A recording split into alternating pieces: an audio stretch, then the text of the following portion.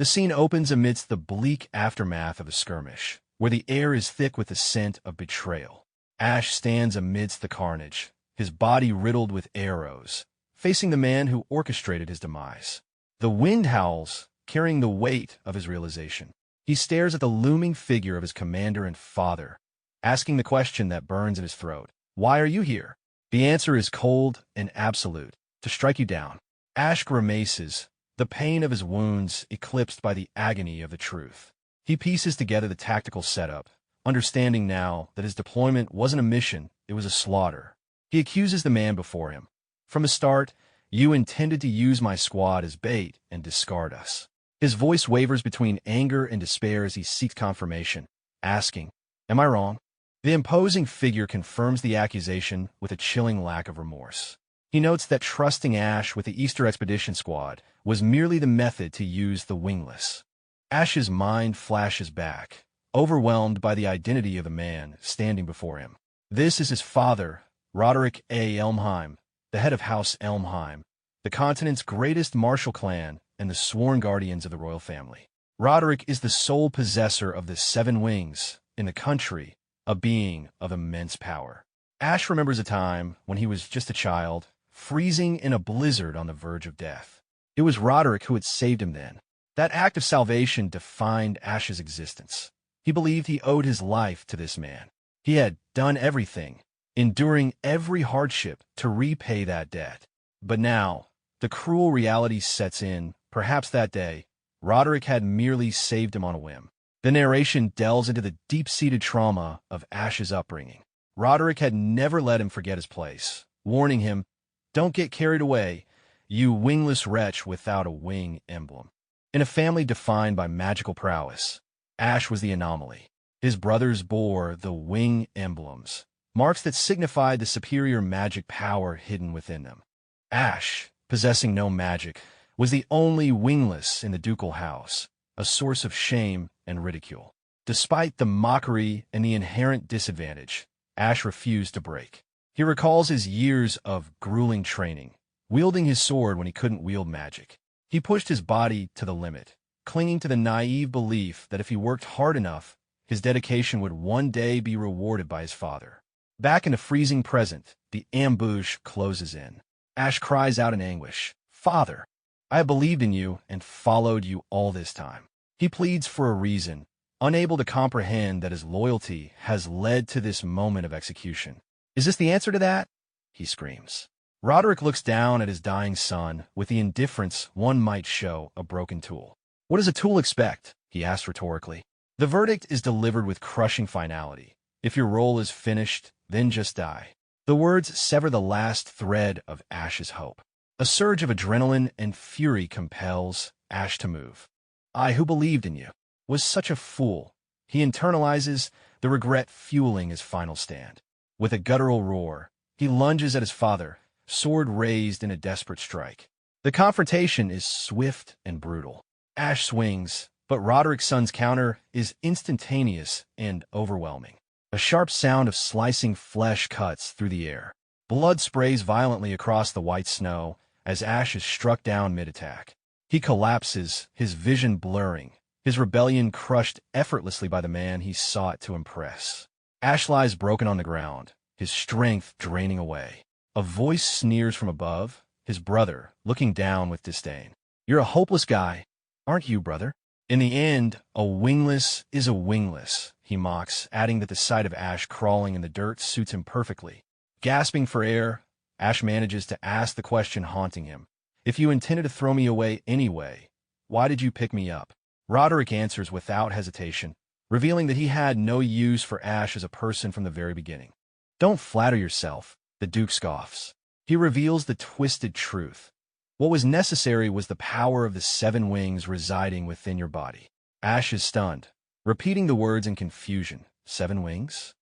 Roderick delivers the final insult, praising Ash's mother only for her biological utility. Your mother was truly useful, for she birthed the seed that is you, for my sake, he declares. Ash shouts, What on earth are you talking about? Trying to make sense of the madness. But Roderick turns and walks away, abandoning his son to the cold. Wait, answer me, Roderick. Ash cries out, but his voice is swallowed by the wind. The cold begins to take hold, numbing his limbs. As the darkness of death encroaches, Ash wonders, am I going to die here? A profound sense of futility washes over him as he questions just what he lived for until this moment. The world fades to pure white. Ash's consciousness drifts, expecting the void of the afterlife. Is this the afterlife? He wonders. But instead of nothingness, he feels a faint warmth. It's pure white, and faintly warm, he observes. He realizes with a jolt that it is snow. No, this is reality. He tries to orient himself, but his perspective is jarringly low to the ground. He looks at his hands and is shocked to see tiny, pale fingers. Is this small body really mine? He thinks, bewildered. It looks like a baby's hand. The realization crashes down on him. No, I'm a baby. Ash frantically scans his surroundings. Lying nearby in the snow is a woman, motionless. Is she dead? He wonders, likely looking at his mother. Suddenly, the sound of shouting soldiers breaks the silence. Search! Find that woman no matter what, they command. Ash listens intently, his adult mind processing the threat. The soldiers shout that she couldn't have gotten far in the blizzard, and that they must retrieve the baby she took for the sake of Duke Roderick. Ash freezes. What was that just now? And did they say Duke Roderick? He realizes with horror that the hunt is on. Are they looking for me? He's after the baby. Memories from his past life surface. Ash recalls hearing rumors that he was picked up on a snowy night exactly like this one. The impossible truth settles in. Did I return to the past? It seems ridiculous, but he pushes the doubt aside. Confirmation comes later, he decides. Survival is the only priority. He knows that if he stays here, he will surely fall back into the Duke's hands, condemning him to repeat the same tragic cycle of abuse and betrayal. I have to get away. Even a little bit further, he resolves, steeling his infant heart for the impossible task. The soldiers' voices draw closer. Over here, one shouts. Ash, trapped in a fragile infant body, fights to move. It's hard to breathe, he thinks, the physical strain nearly overwhelming. His limbs feel hot enough to burn against the ice, but he forces himself forward. He crawls through the deep snow, dragging his weight inch by inch.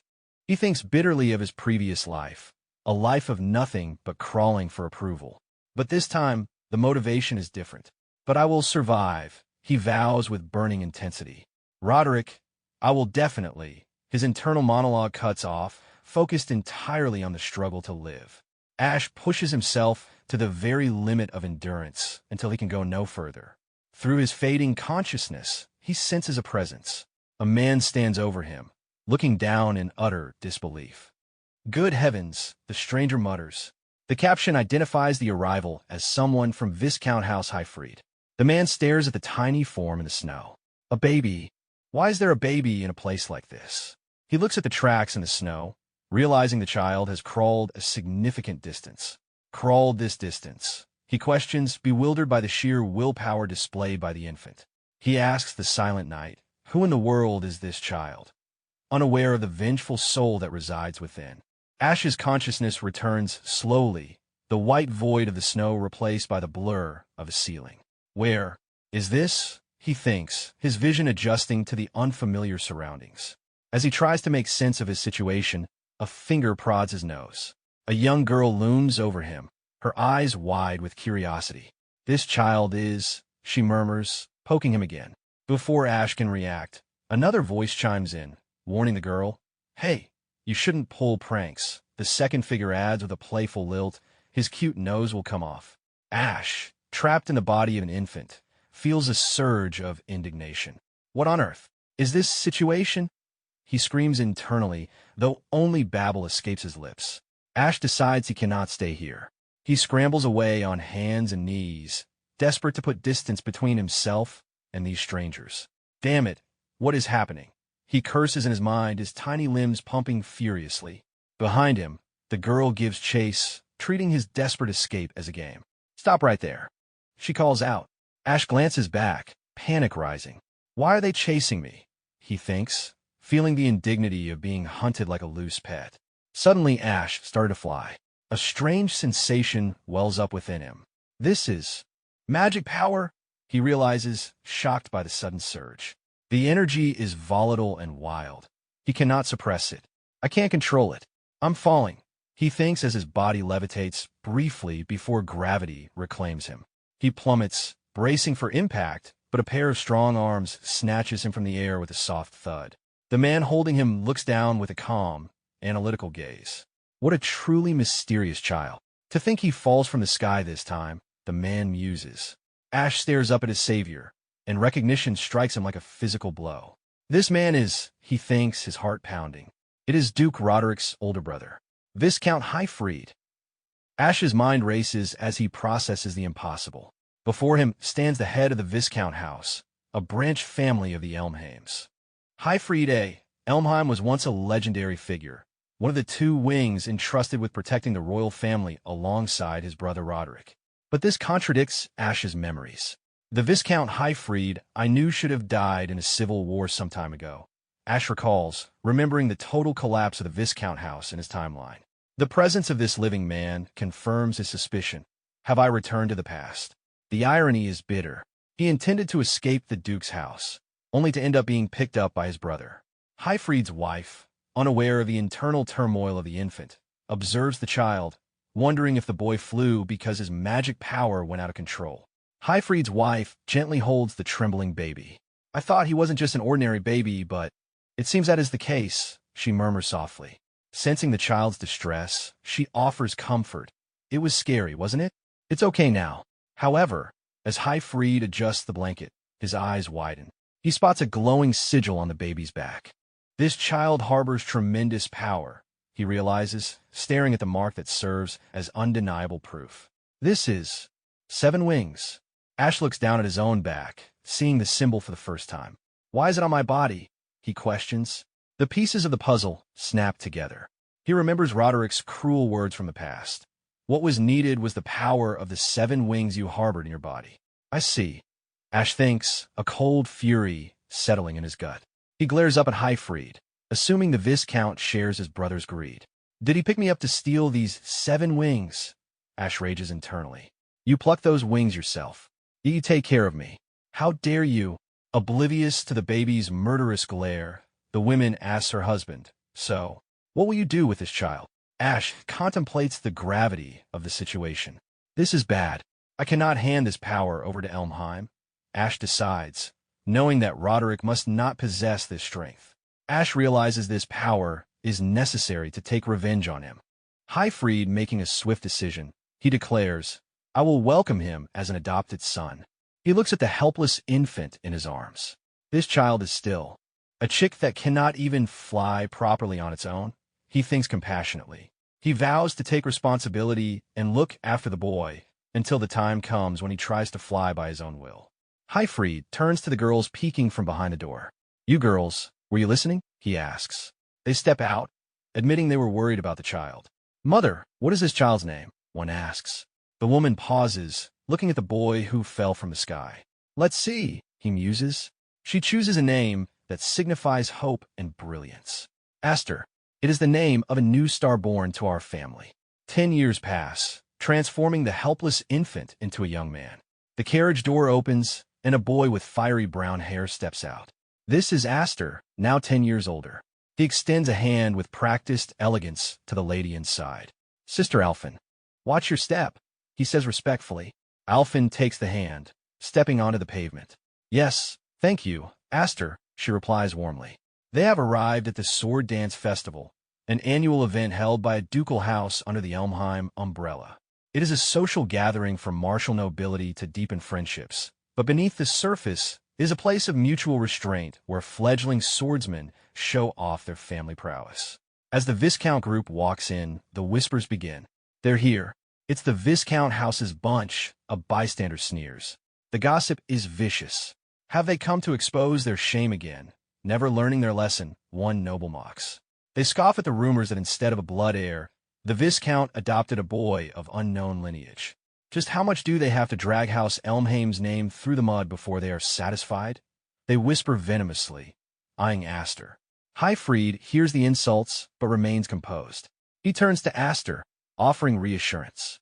Don't let it get to you, he advises. He explains the harsh reality of their world. Because here, those who show weakness are crushed first. Highfried gestures to the hostile crowd. This is the current standing of the Viscount house. I wanted to show you this, he admits, then asks, are you disappointed? Astor's expression is unreadable, his eyes calm and sharp. No, father, he replies steadily. He surveys the cold reception with a confidence that belies his age. For me, this level of chill is just right, he says. Highfried smiles, impressed. That is reassuring, he replies. Internally, Astor reflects on the difference between this life and his last. In my previous life, as the shame of House Elmheim, I made the worst social debut, he thinks, recalling the bitter memories of being powerless and mocked. But things have changed. The me now, with the 7 wings returned, is different, he thinks, tightening his sword with a sharp snap. Astor looks toward the venue with eyes full of determination and hidden power. He is no longer the wingless wretch who crawled in the snow. Now, to begin with, he thinks, preparing to step into the light. He sets his intention for the night, ready to shock those who look down on him. Let's go for a spectacular social debut, he vows. The vast, circular arena stretches wide, surrounded by cold stone walls. The grandstands are densely packed with onlookers. In the dusty center of the ring, young swordsmen clash aggressively, their movements swift and sharp. The thud of wooden swords echoes through the air. Power with swordsmanship. The fighters swing and block, demonstrating both power and skill to the massive crowd watching. 2 combatants fiercely cross blades, the kinetic force of their strike sending sparks and dust flying upward as one slashes downward with immense pressure. High above, a glowing, ethereal crest shaped like spread wings shines brilliantly against the dark sky. The absolute symbol was the wing emblem. On the grand balcony, Astor stands calmly beside his older sister, Alphen, and their adoptive father, Viscount Highfried, observing the grand hall below. Astor remembers the little girls, foreign in flair, crying and clinging to each other, refusing to attend. Alphen looks up on her brother. Astor, are you nervous? She asks softly, her voice cutting through the ambient noise. She reminds the boy that it is his very first sword dance festival. Astor turns his head, his expression remaining calm. Surprisingly, not really, Astor replies in a steady tone. A small, knowing smile tugs at the corner of Astor's mouth as he looks back out over the crowd. In fact, it feels somewhat nostalgic, he adds. Highfried announces he must step away for a meeting. He entrusts Astor to look after Alphen in his absence. Alphen immediately bristles, pointing an indignant finger at herself and loudly reminding her father she is a full year older than Astor. Astor chuckles, and teasing Alphen that she needs looking after because of her clumsiness. Before departing, Highfried leans in, his expression hardening with stern caution. He advises Astor to deepen connections with the children of his generation tonight. But his final instruction carries the weight of a dire command. Astor must ensure none of them realize he possesses the 7 wings. Highfried walks away. The moment his protective presence is gone, the atmosphere in the hall drastically shifts. The surrounding room seems to darken, the shadows morphing into a sea of hostile silhouettes. Glowing red eyes pierce the gloom, locking onto Astor with blatant disgust. The nobility's disdain for the adopted child is a palpable weight in the air. Astor surveys the glaring faces, realizing that socializing is utterly useless in such heavily hostile territory.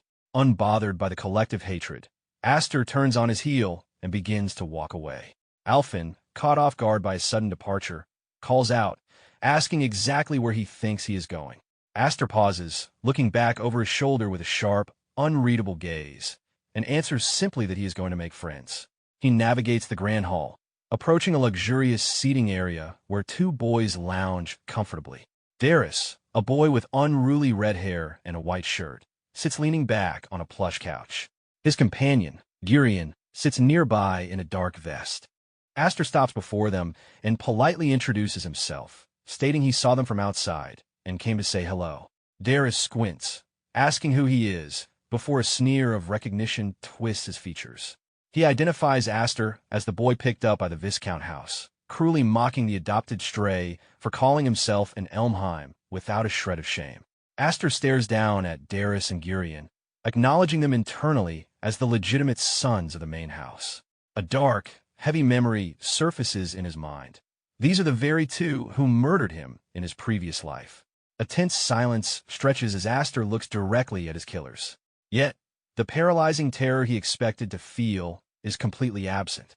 Seeing them posture and sneer on the couch, he realizes they are nothing more than pathetic children clumsily imitating the cruelty of adults.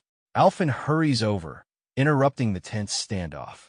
She urges Aster to return since he has finished his greetings. Darius spots her, and his smirk widens into a wicked grin. He demands that Alphen keep them company, arrogantly framing the request as an absolute order from the main house. Alphen's expression hardens into fierce defiance. She stands tall, declaring loudly that there is no master-servant relationship between the branch and main houses, flatly refusing his command. Darius's eyes widen, flashing with a sadistic, manic glee. Leaning forward, he maliciously recounts how their father, despite being a knight, failed to protect the king. He twists the knife further, detailing how Hyfried had his arms severed by his own biological brother as a punishment. Darius laughs, expressing immense relief that the blood of such a miserable loser does not run in his veins. Alphen trembles violently, her face contorting with absolute fury and grief as she screams at Darius to take those words back. Darius only smiles wider. Without breaking eye contact, he casually tips his glass forward, spitting the dark liquid directly over Alphen. The juice splashes heavily, soaking her bright red hair and staining her pristine white dress. As she stands there dripping and humiliated, Darius coldly tells her that this is not a dance ball, suggesting she wear rags next time so she will not mind getting wet. Aster stands perfectly still in the shadows behind them, his face obscured by the darkness. He listens to the cruelty, analyzing his own heart. He had been anxious that confronting these two would ignite a blinding, uncontrollable anger. But as he looks at Darius's smug face, he realizes he does not feel any sudden rage. Instead, a cold, calculating gladness settles over his mind. He is glad to confirm that they are the exact same pieces of trash they have always been. Moving with terrifying, explosive speed, Aster steps out of the shadows. He grabs a heavy, dark glass bottle grabbing from the boys. Before anyone can react, Aster violently swings the bottle down, smashing it directly into Darius's head. The impact is brutal. The glass shatters into countless jagged pieces, sending dark liquid exploding across the air in a violent, sparkling spray. Darius's head snaps back, his face twisting in sudden agony as he is forcefully thrown backward against the couch. Aster wipes a stray drop of liquid from his cheek, looking at the chaotic mess. "What? It's just grape juice?" Aster adds. Aster stands dominant over the scene. A dark, highly menacing smile spreads slowly across his relaxed face. Aster delivers his final, chilling words. "Perfect for a child noble, right?" Aster mocks smoothly. Intense, chaotic, golden magical energy violently erupts, completely consuming the surrounding space in a blinding flash. A highly desperate, deeply strained voice echoes out through the bright light, shouting, "Control yourself." Aster. Hyfried continues to plead with extreme urgency, demanding, "Do you intend to kill your sisters?" The voice aggressively begs, "Pull yourself together." The narrative shifts to 3 years ago, where a very young Aster stands completely engulfed in the volatile, highly dangerous golden light. Hyfried watches the terrifying physical display of raw power from a distance. He completely realizes the truth of the magical energy, thinking, this is the Seven Wings. He carefully observes the young boy, his mind racing as he thinks, to think he harbored such dangerous power. Hyfried questions his own ability to guide the boy's immense strength, silently wondering, can he actually control it? Can I? And can you? The scene transitions back to the present. Inside a highly lit, grand room, Hyfried stands conversing with other older noblemen. A highly panicked guard suddenly bursts directly through the large double doors, aggressively shouting, "Owner, it's an emergency." One of the older nobles sharply scolds the frantic guard, stating firmly, "What is it?" "We are in the middle of a meeting." The guard stammers nervously, heavily out of breath as he reports, "Well, the Elmheim main house and the branch house. The sons of both sides are dueling." Hyfried's eyes violently widen in sheer, completely unexpected disbelief as he simply responds, "What?" Highfried quickly steps directly out onto the elevated stone balcony overlooking the stadium. Alfin rapidly runs up directly beside him, deeply distressed and physically shaking, crying out, "Father!" Another noble quickly points down toward the flat arena floor, stating, "Look, that's it." The noble carefully observes the highly rare physical conflict, commenting, "A sibling squabble within the renowned House Elmheim. It's not something you see every day." He notes the incredibly high political stakes, adding, depending on the result, "This sword dance festival is going to get rough." Down directly on the cracked stone floor of the arena, Darius stands highly aggressively. He holds a large, heavy sword that violently radiates bright, golden-red magic. The massive crowd of spectators entirely surrounding the ring murmurs nervously. One spectator heavily remarks, "What a fool to pick a fight with our ducal house." Another spectator sneers highly maliciously. After all, he's just a stray-born mongrel. They clearly notice Darius's highly active magical power, loudly exclaiming, "That's a four-winged wing emblem. Doesn't he understand the difference in power?" They confidently conclude, the son of the ducal house really is in a different class. Darius heavily holds his violently glowing sword entirely up, pointing the sharp tip directly at Aster. He highly aggressively taunts his calm opponent. "Come on, show it to me.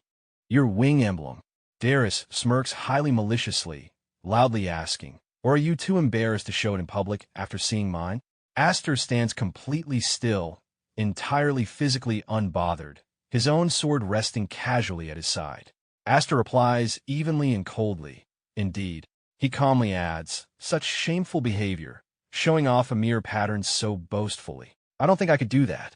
Darius's face violently twists in pure, unfiltered anger. He aggressively shouts at the top of his lungs, "This is the power of those who have." Darius forcefully bends his knees, storing physical kinetic energy, before violently launching himself completely forward off the cracked stone floor. He covers the open distance in a fraction of a second. With a loud physical grunt, Darius swings the heavy blade completely downward in a massive, incredibly fast diagonal arc. Aster swiftly and smoothly raises his own steel blade horizontally, perfectly intercepting the highly aggressive strike. The two dense metal swords collide directly with a deafening, highly resonant crash. Darius forcefully presses his entire body weight heavily into the prolonged physical clash, declaring, "If I win, you're a dog." He maliciously threatens, "I'll work you to the bone for the rest of your life." Aster holds the heavy physical block perfectly steady without moving a single inch. Aster calmly counters the proposed terms, stating cleanly, "More importantly, if I win, I'll have you apologize to sister." Darius aggressively grits his teeth together and agrees, "Fine." Observers in the highly packed crowd actively analyze the ongoing physical exchange. One noble critically notes, "Young Master Darius's sword skills are still immature." That noble quickly adds, "However, no matter how clumsy his swordsmanship may be, the magic power that more than compensates for that gap is the advantage of a wing emblem holder." A massive, highly concentrated burst of thick golden magic violently erupts directly from Darius's back. The dense magic rapidly expands outward. A spectator closely observes the raw output. If the magic power housed in one wing is the light of a candle, then the magic power hidden in four wings truly. An explosion. Darius aggressively violently swings his heavy sword in a rapid, highly erratic flurry of wide horizontal slashes. Aster entirely effortlessly steps backward and side to side, calmly dodging every single heavy strike with precise, highly minimal physical movements. Darius swings completely wildly, aggressively screaming, "What happened to that bravado from earlier?" He continues his relentless, heavy physical assault, loudly shouting, "Didn't you want to make me apologize? Or is that just talk? Show me your power." Aster forcefully parries a heavy thrust, but stepping entirely inside Darius's open physical guard. Blonde Noble states coldly, "The match is decided." Aster strikes out heavily with a lightning-fast counter, adding, "You talk too much." Darius's eyes go completely wide in sudden physical shock. Aster completely moves with blinding, entirely unmatched physical speed. Aster firmly thinks internally, "For the past 10 years, I've learned how to handle magic at the Viscount House, waiting only for the moment to take revenge on you all." Aster unleashes a highly devastating, rapid-fire sequence of heavy physical strikes. Darius heavily grunts in deep physical pain. Aster completely spins and violently delivers another highly powerful strike, entirely breaking Darius's physical posture. Darius violently chokes out a highly strained. Up entirely in the stadium stands, Gurion watches the physical beatdown in absolute terror, nervously stammering, "Brother is being pushed back." Darius wildly swings his sword in a highly desperate, entirely unbalanced physical counterattack, aggressively shouting, "I am a four wings." The massive crowd is completely stunned by the sheer physical dominance. Spectators yell out that Darius is being beaten unilaterally. Hey, is he actually going to win just like this? To think House Elmheim still had someone like that. Hyfried aggressively watches the highly brutal, completely one-sided physical assault directly from the balcony. He mutters, "This is bad." He raises his hand and calls out highly loudly, "Stop." Aster entirely ignores the vocal command. He aggressively steps completely forward, relentlessly physically striking the Darius over and over. Alphen leans entirely over the stone railing, desperately screaming, "No, Aster!" Aster violently raises his blade completely for a final, heavy downward physical slash. A highly desperate voice cries out. Aster completely shatters Darius's sword, violently sending the boy crashing entirely to the hard stone floor. Darius lies completely motionless. Aster entirely stands perfectly still over his completely defeated opponent, his sword pointing directly down. Aster speaks with absolute physical calmness. "From now on, so it doesn't matter if you get wet, you should wear rags or something."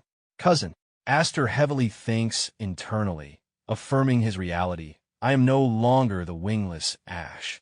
He mentally reflects, just knowing that it's cleared my mind for now. Suddenly, an incredibly thick, pitch-black, and violently dark red aura aggressively explodes entirely into the arena. Aster's eyes violently widen in sheer physical shock. Aster utters highly quietly, "That is..." A towering, completely highly intimidating figure heavily steps entirely into the light. A booming, absolutely terrifying name violently echoes through the silent arena, Roderick. Deep within the dimly lit, crowded stone arena, shock heavily settles over the sprawling audience. The tense air vibrates with frantic whispers as the nobles look down at the unbelievable outcome of the violent match. "I can't believe the youngest son of that Viscount house actually beat the third son of the main house." A spectator murmurs in disbelief. Another noble leans in closely, his face drawn with concern. But this has turned into a bad situation. They nervously glance toward the imposing figures standing in the shadows. There's no way he will stay silent after having his face lost like this. The intimidating presence of the eighth head of the Elmheim main house begins to suffocate the stadium. Duke Roderick A. Elmheim slowly steps forward, his massive frame radiating a crushing, dark aura. Darius, lying heavily bruised and defeated on the cracked stone floor, violently jerks his head up. His wide, desperate eyes lock onto his father. Darius raises a trembling, pointing accusingly directly at Aster. "Father, this is him," Darius cries out, his voice cracking with pathetic desperation.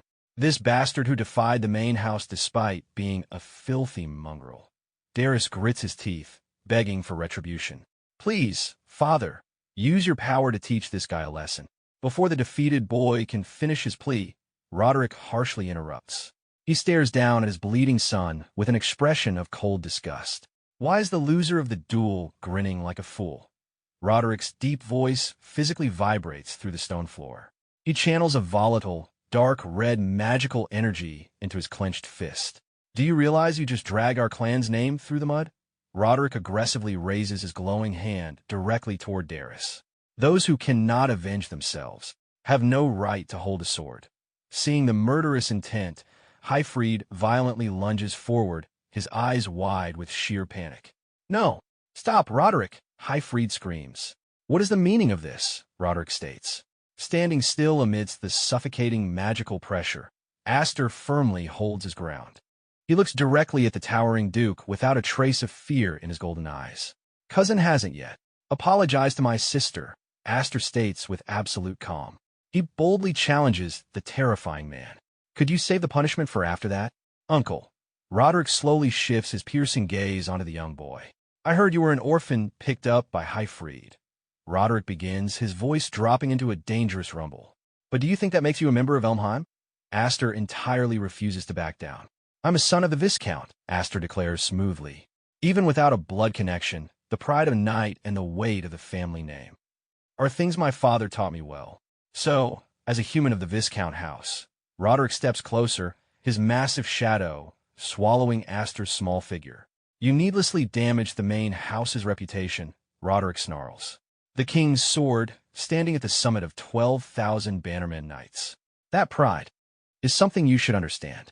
The dark, swirling aura expanding from Roderick's broad shoulders distorts the air around them. That this isn't something that can be dismissed as a children's fight. Roderick leans down, fully unleashing his terrifying presence. Your father sacrificed an arm as the price for his ingratitude. The Duke's eyes glow with pure malice. Will you sacrifice? Aster tightly grips the leather hilt of his sword. This was no sibling squabble, but a legitimate duel, Aster answers firmly. With all due respect, uncle, I merely responded with my sword to words insulting my Viscount house. Aster takes a confident, defiant stance, quoting the tyrant's very own brutal philosophy back to him. Those who cannot avenge themselves have no right to hold a sword. It was you who said that, wasn't it, uncle? Aster's voice rings out clearly across the silent arena. I have no intention of giving up even a single finger. The surrounding crowd collectively gasps in unadulterated shock. A spectator stares wide-eyed. He's 10 years old? You've got to be kidding. Roderick's face hardens into an emotionless mask. I see, Roderick states with chilling finality. Then prepare yourself. Without a second of hesitation, Roderick explosively unleashes a devastating burst of destructive magic. He draws his massive steel blade and violently swings it downward in a lethal, impossibly fast vertical cleave aimed directly at Aster's head. The sheer kinetic force of the sudden swing tears the air apart with a deafening screech. Hyfried sprints forward from the high balcony, screaming in absolute terror. Roderick! The heavy metal blades violently collide with an earth-shattering crash. Blinding sparks of thick red and bright blue magic blast outward in a destructive, circular shockwave. Thick, suffocating smoke and dense dust billow outward, swallowing both combatants in a blinding gray cloud. As the destructive magical winds slowly begin to settle, Hyfried forcefully slides directly into the ruined arena center. His face is pale with utter dread. He desperately runs toward the heavy dust cloud, his voice cracking with fear. Are you all right, Aster? The thick smoke entirely dissipates. Aster stands perfectly upright in the exact center of the shattered stone crater. His glowing sword remains firmly locked in a flawless, unbroken defensive block. He had not yielded a single inch to the devastating strike. Aster calmly lowers his steady blade, his breathing controlled. That I protected it properly, father, Aster replies with a soft, reassuring tone. The promise, and various other things. Hyfried stares deeply at the unbroken boy, profound relief washing over his face. Yes, it was magnificent. In the shadowed corridors of the arena, the older nobles quietly observed the unbelievable outcome. That was quite a childish move to make. Roderick, one mutters quietly. But if he let the brat say whatever he wanted, the main house's reputation would be completely crushed. Another slowly nods in analytical agreement. Well, it was a decent compromise, wasn't it? The sprawling audience stares down at Aster with newly found, absolute awe. Against that Duke Roderick. A noble whispers in sheer disbelief. The rising star who made a grand display and survived. They carefully watch Aster's small but incredibly resilient back. For that kid, it's the ultimate social debut. The residual tension thickly lingering in the arena remains sharp. I was kept on edge, though, another quietly admits. Wondering if Elmheim was going to split right in two, Hyfried stands protectively right beside his proven son. A profound, chilling certainty actively settles heavily over the quiet stadium. Roderick glared. An era of upheaval will come soon. A storm strong enough to divide the world in 2 or 3, Roderick states. The air in the training yard is thick with the sound of heavy breathing and the sharp whistle of a blade cutting through the wind. Aster moves with a focused intensity that belies his years, his every motion sharp and purposeful as he drives himself to the limit. High above on a stone walkway, two guards stand watch, defeated opponent eyes wide as they observe the young master's performance. Splendid. That is some skill, one murmurs, his voice tinged with a mixture of admiration and unease.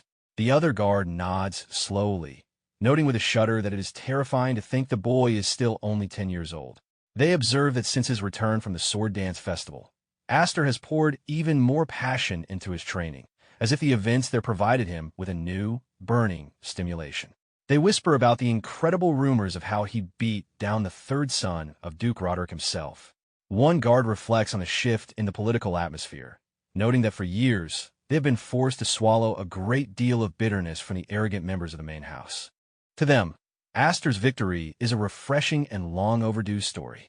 Below them, Aster pauses, his mind drifting back to the festival. He acknowledges to himself that he sufficiently demonstrated his power and presence on that stage. He hopes that with this display, the voices mocking the Viscount House as a disgrace to the Elmheim name will finally begin to decrease. However, his thoughts quickly sharpen into a cold, singular focus. His ultimate target remains Elmheim. He admits a greedy desire to have tested his true strength further at the festival, but he is grounded by a harsh reality. As he is now, he cannot defeat Roderick. He understands with chilling clarity that a wing emblem is merely an indicator, a rank showing the amount of magic power hidden within, but rank alone does not equal mastery. Aster grips his practice weapon, the physical weight of it a reminder of his current limitations. He knows that even if one is born with immense magic power, it is a complete waste of treasure if they cannot handle it properly. His internal conflict deepens as he realizes he is still entirely unable to draw out the true power of the seven wings. A sense of frustration gnaws at him. If only he could test that power to his heart's content without the constant, looming fear of losing control, he would be far more satisfied. He pushes the thought aside, refocusing his frustration into physical action. He stands in the center of the training area, his voice ringing out across the yard as he demands his next challenger. Next, is there anyone else? He shouts, his golden eyes scanning for another opponent to help him vent his restless energy. Suddenly, a familiar voice cuts through the tension. Alphen walks toward him, noting that he is going wild again. She sighs, telling him that as always, he doesn't know the meaning of moderation. She delivers a message, stating that their father is calling for him. Aster stops mid-motion, repeating the words as he tries to shift gears. Father is? Understood. I'm coming right away, he replies. He looks at Alphen, noticing something different about her demeanor. He remarks that seeing her in such an outfit is rare, reminding her that she once claimed she didn't want to wear it because she didn't find it cute. Alphen smiles softly, explaining that variation is important in everything. She admits that after watching him push himself so hard, she realized she couldn't simply stay as she was either. Alphen follows him toward the main building, teasingly asking him to go easy on her later. She tells him that once he returns from his meeting, she intends to have him keep her company for a good while. Aster proceeds alone to the study, stepping into the quiet, formal atmosphere of Heifried's office. He asks respectfully what business his father has with him. Heifried gestures toward a chair, telling him to sit down. The older man looks at Aster with a nostalgic, contemplative gaze, remarking on how it has already been 10 years since they first welcomed him into their home. Heifried's expression turns grave and formal. He confesses that he originally thought about waiting until Aster was more of an adult, but the current situation has changed his mind. He reaches out, presenting an ornate ring. Aster looks at the object, realizing it is the proof of the next head of the house. Heifried speaks clearly and with a weight of authority. Aster, I want you to succeed the Viscount House. He explains that while the house is currently in a delicate position, there is still a proud branch house bearing the Elmheim name. As lords entrusted with their own territory, they have responsibilities and things they must protect. He insists that they cannot leave the seat of the next head vacant forever. Aster considers the offer, but his mind immediately turns to the rest of the family. He asks if his sisters are actually convinced by this decision. Heifried informs him that his sisters, who have been away at the Night Academy, will return in 3 days. He intends to speak to everyone formally at that time. Aster's heart sinks as he thinks specifically of Sister Marfa and Sister Kudo. He knows they won't think kindly of this news. He worries especially about Sister Kudo, who is sure to be furious. He understands his perspective. She hates that he just happened to be born a man, and she was hate that Aster blessed with the 7 wings by pure chance. Aster admits to himself that he struggles to accept the title, feeling like an immature person who still cannot control his own magic power, the same power that almost killed his own sister in the past. He confesses that he lacks the confidence to persuade his sister, who is so rightfully angry with him. Highfried listens, then admits that since long ago, he has often doubted if Aster is really just a child. He reveals that he originally thought of giving the ring as a reward for Aster's performance at the Sword Dance Festival, but he has realized that Aster might be happier with a different gift. He produces a second, more mysterious object. Aster stares at it, asking what it is. Highfried identifies the weapon as the demon swordgram. He explains that it is known as the magic-eating sword, a unique blade capable of controlling the overwhelming and volatile power of the 7 wings. The wind whistles through a wide, secluded clearing as Highfried surveys the open space, deciding that the location is finally sufficient for his purposes. Aster follows closely, his brow furrowed with curiosity as he asks his father why they had to travel so far. He suggests that the family dojo would have been perfectly fine if all Highfried wanted was to unveil a new sword. Highfried stops and looks back with a knowing, serious expression, explaining that this is merely a necessary precaution. He points out that Aster has a tendency to accidentally break the house during his intense practice sessions. Highfried presents a peculiar weapon, identifying it as the demon swordgram. He explains that this is a famous blade, historically inherited only by the eldest son of House Elmheim for many generations. He reveals that he had the weapon specially sent over from the collection of goods kept at the main house. Aster stares at the object in shock, noticing immediately that it appears to be nothing more than a hilt without a blade. Highfried explains the sword's unique nature, stating that it is a sword of possibility that is only completed by the magic power of its wielder. He demonstrates by infusing a small amount of energy, but his tone quickly turns into a stern warning. He tells Aster that half-hearted magic power is dangerous, as the sword might actually suck the wielder dry instead. He notes that the weapon has a very complicated history before extending it and asking Aster if he would like a try. Aster reaches out and grips the hilt. The moment his fingers close around it, his eyes widen in sudden pain. He gasps as he feels his internal energy being violently siphoned away. He realizes with a surge of panic that his magic power is flowing into the sword entirely on its own, and he struggles to maintain his footing as the hilt begins to hum with terrifying energy. Suddenly, a massive, blinding pillar of red light erupts from the hilt, tearing through the air and shooting high into the blue sky. The force of the eruption creates a sharp, whistling sound that echoes for miles. In the distance, guards stop in their tracks, staring up at the streak of light in absolute confusion. "What was that light just now?" one cries out, while another wonders if a comet has fallen from the stars. One guard dismisses the idea of a comet, noting that something clearly flew upward from the ground. Alfin concludes that Aster must be the source of the disturbance. Aster sits in the center of the clearing, his chest heaving as he looks down at the hilt. He realizes that this is an outrageous and truly dangerous sword. Highfried watches him with a calm, analytical gaze, countering that what is actually outrageous is Aster's own power. He explains that someone possessing the 7 wings wing emblem has never existed in all the generations of House Elmheim's history. Highfried predicts that if Aster can master that immense power, he will eventually become a swordsman who far surpasses the 6 wings held by either Highfried himself or the formidable Roderick. Aster remains silent, the thought of surpassing Roderick echoing in his mind like a heavy weight. Highfried's expression becomes even more somber as he delivers a harsh reality. He warns that if it becomes public knowledge that Aster possesses the 7 wings, the sheer amount of power will inevitably cause conflict. He explains that some people will plot to use him as a tool, others will be consumed by jealousy and envy, and many will view him as a nuisance that must be eliminated. He tells Aster to become as strong as he possibly can right now, so that he will never have to regret being powerless when that day finally arrives. Aster looks down, his resolve hardening as he thinks of his past. He vows to himself that he will no longer live a miserable life like he did in his previous existence. He thanks his father and declares that he will definitely master both the 7 wings and this demanding sword. 3 days pass. The atmosphere at the estate shifts from quiet training to the bustling energy of a homecoming.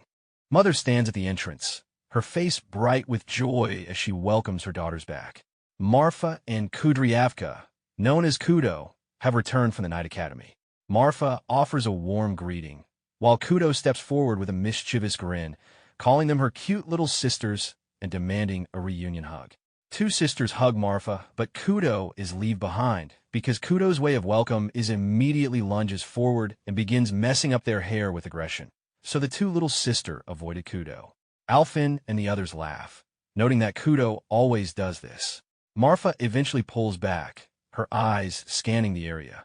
She asks where Aster has gone.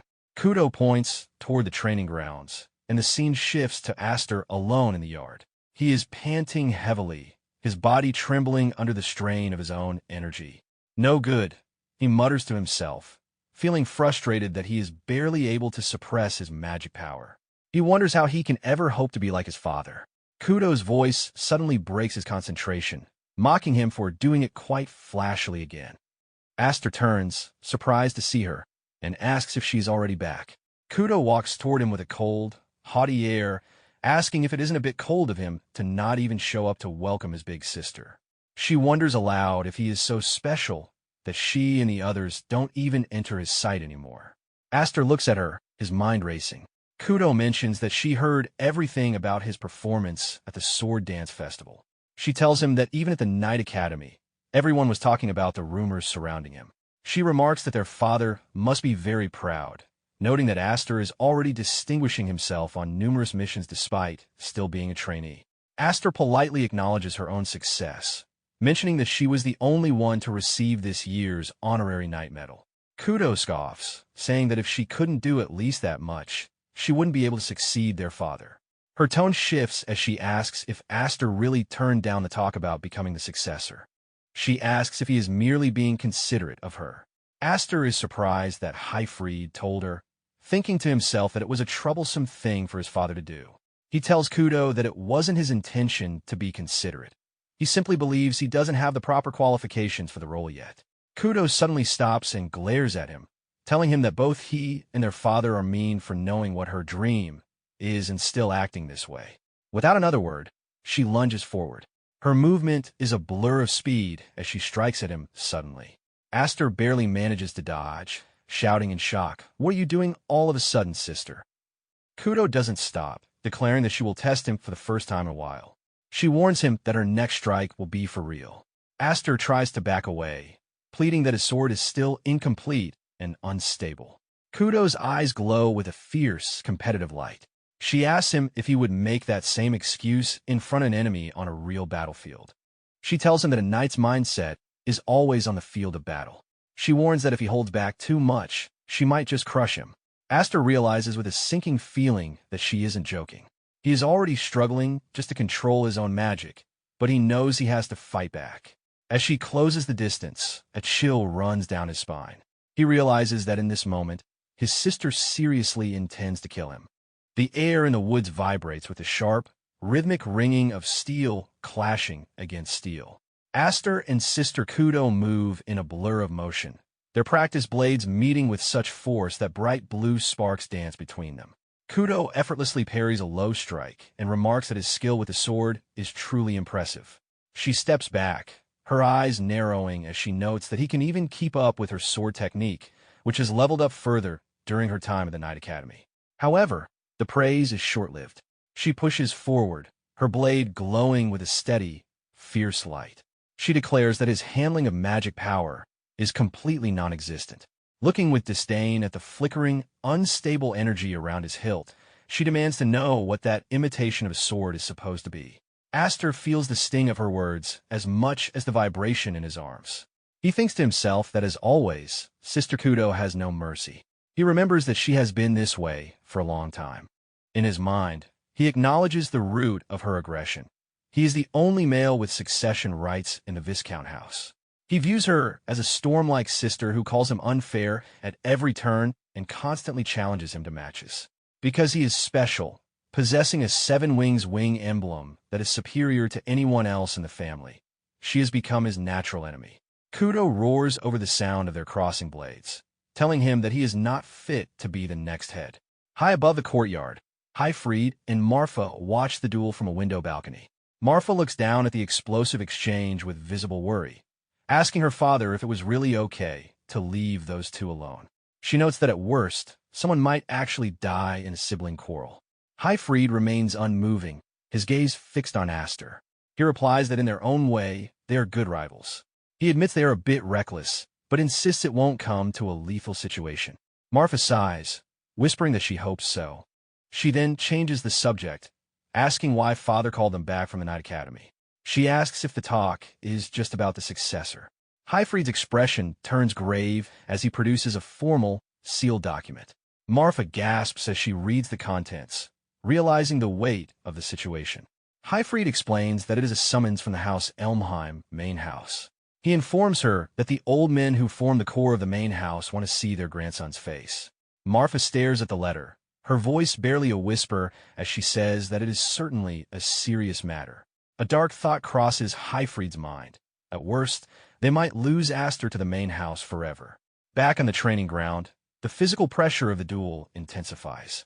Aster shouts that the whole thing is foolish nonsense. He reminds her that he refused to talk about being the successor and knows she heard it too. Kudo's response is a violent downward swing. She screams that the refusal itself is exactly what she doesn't like. Aster braces himself, his knees buckling slightly under the impact. He thinks about how heavy her strike is, feeling as if he is facing a troll swinging a massive sledgehammer. Kudo continues to press her blade against his, her face inches from his own. She tells him to listen to what she is saying for once, accusing him of just running away. She lectures him with cold authority, stating that if he only swings a sword, he is merely third-rate. Aster grunts under her brute strength as she continues the lesson. She explains that if he can handle magic power, he is second-rate, but only when he masters both sword and magic is he truly first-rate. She points out that the difference in wing emblems indicates the amount of magic power one can handle. She lets out a long sigh of disappointment, telling Aster that he is failing her expectations. She breaks down the math of their power, explaining that a difference of 1 wing means the gap in power is roughly 3 times. She notes that in terms of magic firepower and stamina, she, with only 5 wings, is 2 levels inferior to him and his 7 wings. She accuses him of avoiding a direct contest of strength and running away to his specialty of swordsmanship. She asks if he cannot trust his own power that much. She looks deep into his eyes and asks if he is afraid, specifically if he is afraid of going out of control like he did 3 years ago. Aster's mind reels at the suggestion. He thinks to himself that he never even considered that possibility. He asks himself if he was really afraid of the 7 wings power. He wonders if he was unconsciously holding back his power all this time. He realizes that the reason his magic sword isn't stable is because he was forcibly trying to suppress his own magic power. Kudo's aura explodes into a pillar of flame. She tells Aster that he possesses everything she ever wanted. She warns him that if he is going to let it rot in arrogance without even realizing his good fortune, he should just hand it all over to her. She lunges with her full might, a strike designed to crush his defense entirely. But Aster's eyes change, glowing with a new, steady intensity. He meets her strike and repels the attack with a thunderous shockwave that sends dust flying. Kudo is forced back, her feet skidding on the stone. She is shocked, realizing he repelled an attack she made with all her might. Aster stands amidst the settling dust, his breathing calm. He says, "Thank you, sister. Thanks to you, I've woken up." Aster begins to charge forward, but Kudo notices something impossible. He is charging in without even manifesting the blade of his magic sword. She thinks it is impossible, wondering about the unprecedented, inexhaustible magic power hidden within the 7 wings. She wonders if he ran out of magic power, but Aster's internal monologue reveals a different strategy. He knows he cannot fully control the power yet, but he realizes he only needs to for an instant. He gives up on maintaining a constant blade and decides to pour his magic power into the sword only at the exact moment of attack. Kudo grits her teeth, noting that he thought this through in his own half-hearted way. As Aster closes the distance, his voice is cold and determined. He declares that he has no intention of wasting this second life he grasped by chance. He vows to protect this power, this sword, and this family, because there are things he couldn't obtain no matter how much he struggled in the past. Kudo is confused by his mention of a second life, but Aster doesn't explain. He leaps into the air, moving with a speed that defies the eye. Kudo gasps as he vanishes from her sight entirely. Aster reappears in a blur of motion, his presence suddenly looming over the training ground. His golden eyes pierce through the shadows as he levels his hilt toward his target. He speaks with a finality that ends the debate, stating that there will be no more holding back. The dim, quiet atmosphere of a bedroom is broken as Kudo's eyes flutter open. She lies on a soft bed. She slowly takes in her surroundings. "Where is?" she begins, her voice weak with lingering exhaustion. Her older sister, Marfa, stands calmly by the bedside, her hands folded as she watches over her. "Oh, finally awake? You took your time," Marfa remarks with a gentle but firm tone. Kudo blinks, realizing she is in a familiar space. "My room?" she asks, her mind still foggy. She recognizes the figure beside her. Marfa. Suddenly, a memory of the training ground flashes back with violent clarity. The match? What happened with the match against Aster? She shouts, bolting upright as panic sets in. Marfa remains entirely composed. "Aster was the one who carried you here," she explains. Kudo freezes, her hands gripping the sheets as the weight of those words sinks in. Marfa continues, relaying the younger brother's explanation. "He said she fell asleep in the middle of the match. Surely the fatigue from the journey caught up with her," is what he said. Kudo stares into space, her face pale as the true memory of the duels and surfaces. "That's wrong," she thinks, a cold sweat breaking out on her skin. She recalls the moment Aster's blade reached for her.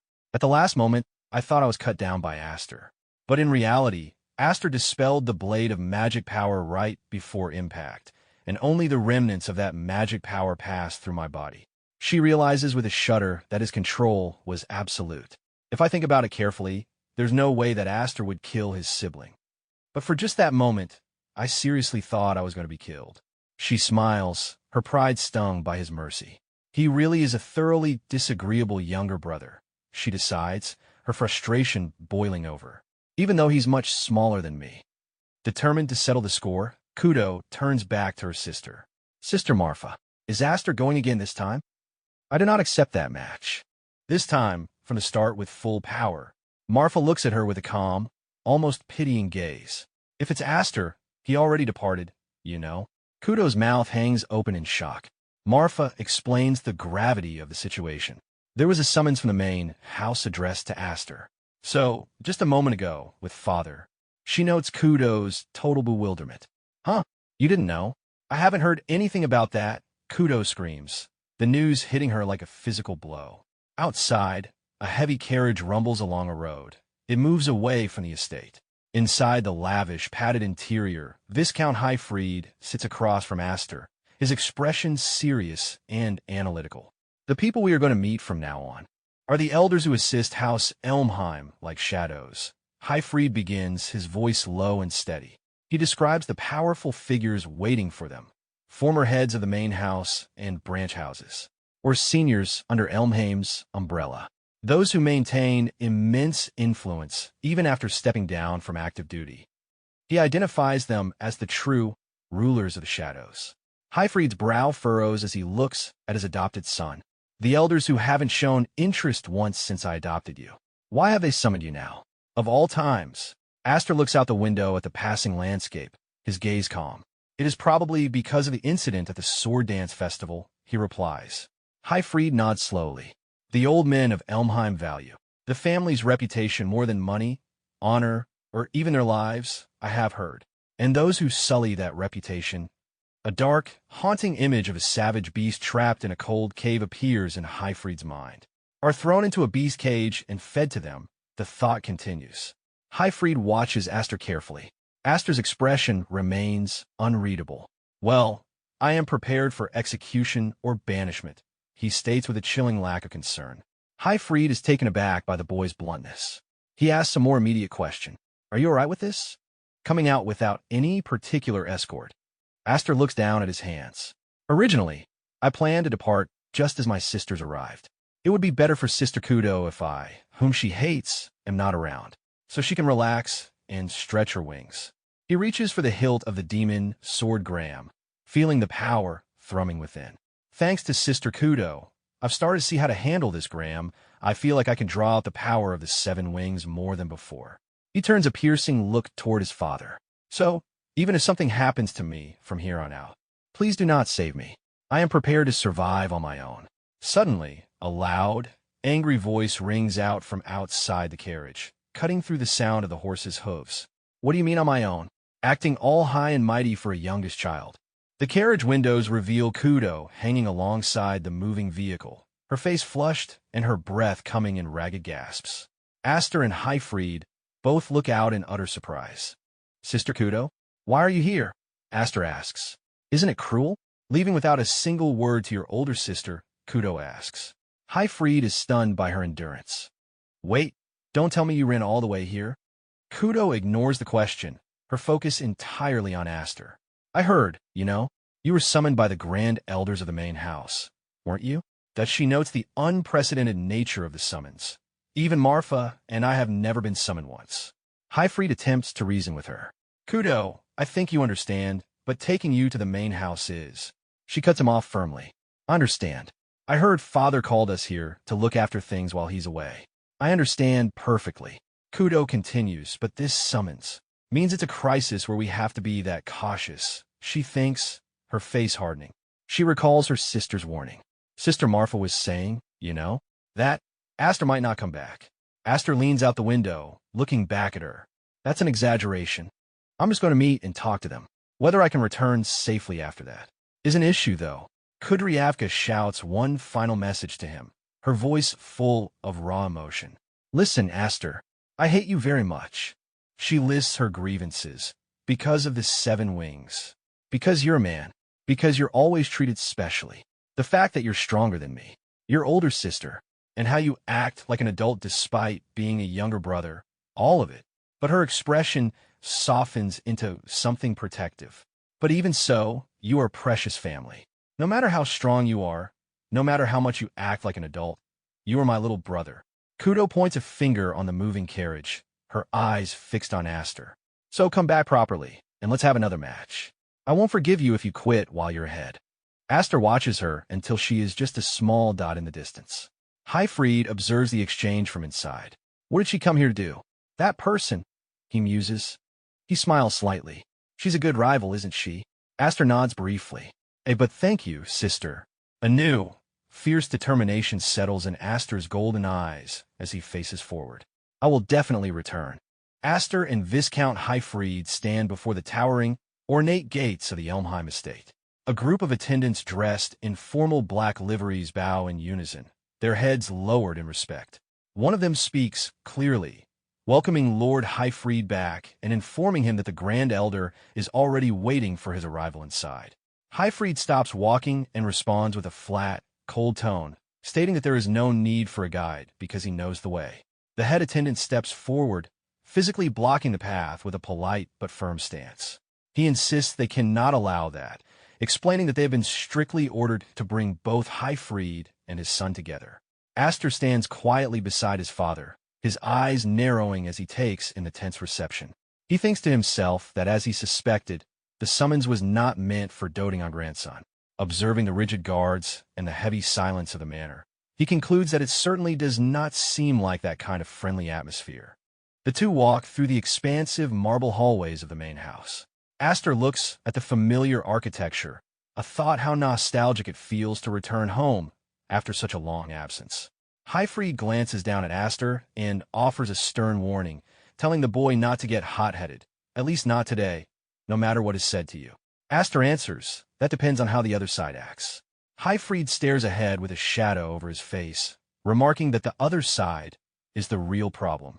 Aster looks around the empty corridors and notices that Darius is nowhere to be seen. He reflects internally that since Darius's dominant hand was crushed in their duel, a return to public life is likely difficult for the boy for the time being. Hyfried notices Aster's silence and asks if he is actually listening. Aster blinks and quickly replies that yes, of course he is. A small, knowing smile touches Aster's lips. He promises his father that for today, he will be as silent as a clam, primarily because his sister told him to return home safely. A set of massive double doors are thrown open, and a loud voice announces the arrival of Lord Highfried and his son. They step into a grand, high-ceilinged hall where several elderly men sit in high-backed chairs. At the center of the room sits Zenith A. Elmheim, the sixth head of the main house, his face etched with deep wrinkles and cold authority. Zenith looks at them and remarks that they have finally come, asking if it has been over 10 years. He addresses Highfried as his grandson. Highfried bows respectfully and greets him, acknowledging the long time since they last met and addressing him as the great-grand elder. Aster stares at the old man, an internal monologue identifying Zenith as the monster lurking in the shadows of Elmheim. Aster scans the room, noting the other heavyweights of the Elmheim family gathered together. He recognizes several faces he saw previously at the Sword Dance Festival. Looking around the chamber, Aster thinks simply if Roderick is not present. Zenith, with a condescending tone, calling Aster a brat and explaining that Roderick is the head of the knights directly serving the royalty. He states that Roderick has no time to busy himself with vulgar matters. Zenith leans back, explaining that the old soldiers are handling the administrative duties as a sign of consideration. Aster watches him, thinking about how he never had the chance to meet these people in his previous life. He notes that gathering this many executives without the current head proves that Zenith still throws a lot of weight around despite being retired. Highfried asks what exactly these vulgar matters entail. Zenith lets out a dry laugh and tells Highfried that he has already guessed what they are. He points a finger and accuses Highfried's pet dog of making quite a mess at the Sword Dance Festival. Highfried tries to interject, stating that the current head, Roderick, already settled the matter himself and closed it. Zenith's face hardens as he claims that was merely a performance for the public. He declares that it does not change the fact that the Elmheim reputation has been tarnished. He calls the act of adopting a child of unknown origin a mistake in itself. Zenith leans forward with a predatory gaze, stating they would have overlooked it if Aster had remained harmless. But everything changed once he bared his fangs at the main house. He delivers a sharp verdict. There is no choice but to banish Aster. He adds that Highfried will also not escape suitable punishment. Aster shouts in protest that his father has nothing to do with it, but Highfried sharply cuts him off, taking full responsibility and claiming he did everything himself. Zenith scoffs at the outburst, remarking that Aster lacks discipline for interrupting a conversation between adults. He reminds them that they lead 12,000 knights under the Elmheim banner and that the family name is their primary signpost. He notes that the knights are not a monolith and that there are many people aiming for the top seat. He gestures to the elders in the room, stating that they merely want peace of mind. Zenith looks directly at Aster and demands proof that he is not someone who will bring harm to the Elmheim family. Highfried's eyes widen in shock as he sees Zenith reveal his sword. Zenith asks Highfried if he remembers the past, specifically when he failed to protect his liege and dragged the family name through the mud. He reminds Highfried that they had Roderick cut off his arm in this very room as punishment. Zenith then gives a horrific command. Highfried must cut off Aster's head to consider the matter closed. Highfried refuses immediately, declaring that if he must cut down his own child, he would gladly take his own life instead. Zenith scoffs and says that in that case, the outcome is decided. Zenith stands up and shouts that Highfried should die, along with his wife, his daughters, the brat, and everyone else in his house. Zenith laughs as Highfried grunts in pain and disbelief. The old man declares that, as of today, the Viscount house is dissolved. Aster steps forward, his voice calm and cold as he asks the Grand Elder why he is so frightened. He tells Zenith that if he is afraid of being bitten by a pet dog, he can go ahead with banishment or execution. Zenith looks at him in confusion. Aster continues, stating that seeing grown adults huddling together and trembling is an unsightly thing to witness. He glares at the elders and delivers a final, chilling warning. If they intend to lay a single hand on his family, the consequences will be severe. Aster looks back at Highfried and apologizes. It seems I'm not good at staying silent after all, Father. Aster's eyes begin to glow with a sharp, golden intensity. Aster shows a massive, brilliant wing emblem manifests on Aster's back, glowing with an unprecedented number of wings. The elders and attendants in the room gasp in pure terror as they recognize the symbol. Zenith's face twists in complete shock as he stammers out his disbelief at the sight. Aster stares down the room of elites, declaring with absolute authority that these 7 wings will become Elmheim's enemy if they proceed. He tells the elders to think over their next move very carefully.